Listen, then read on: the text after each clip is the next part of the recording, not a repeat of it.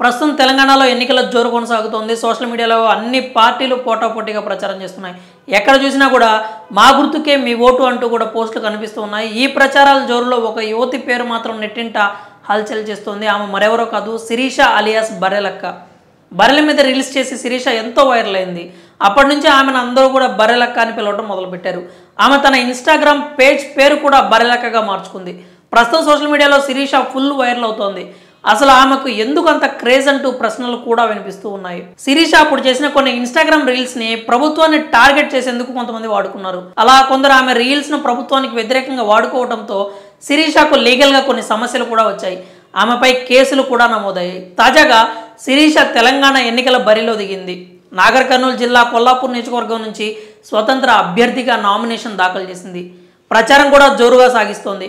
ముఖ్యంగా సోషల్ మీడియాలో బర్రెలక్కకు మంచి రెస్పాన్స్ లభిస్తోంది. స్వతహాగానే సోషల్ మీడియా ఇన్ఫ్లుయెన్సర్ కావడంతో ఆమె పోస్టులకు మంచి స్పందన లభిస్తోంది.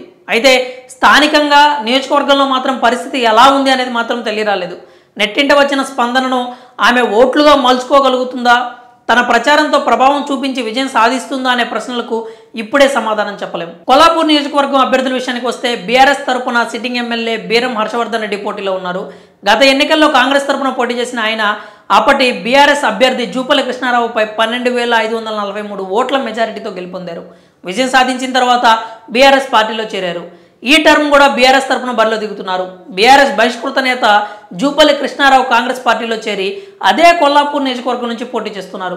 ఇక బీజేపీ తరపున సుధాకర్ రావు పోటీలో ఉన్నారు. ప్రధాన పార్టీల అభ్యర్థులను పక్కన పెడితే స్వతంత్ర అభ్యర్థిగా శిరీష అలియాస్ బర్రెలక్క కొల్లాపూర్ నియోజకవర్గం నుంచి పోటీ చేస్తోంది. ఇటీవల ఆమె ప్రచారంలో ఉండగా ఆమె సోదరుడిపై గుర్తు తెలియని వ్యక్తులు దాడికి పాల్పడ్డారు. ఆ దాడి ఘటనను పలువురు ప్రముఖులు ఖండించారు. ఆ దాడి తర్వాత బర్రెలక్కకు నెట్టింట సింపతి లభించింది. సోషల్ మీడియా ఇన్ఫ్లుయెన్సర్స్, విశ్రాంత ఐపీఎస్ అధికారి లక్ష్మీనారాయణ లాంటి వాళ్ళు కూడా ఆమెకు మద్దతు తెలిపారు. అయితే ఈ మద్దతు సోషల్ మీడియాలో వస్తున్న క్రేజ్ను ఓట్లుగా మలుచుకోవడంలో బర్రెలక్క ఏ మేరకు విజయం సాధిస్తుందో వేచి చూడాలి.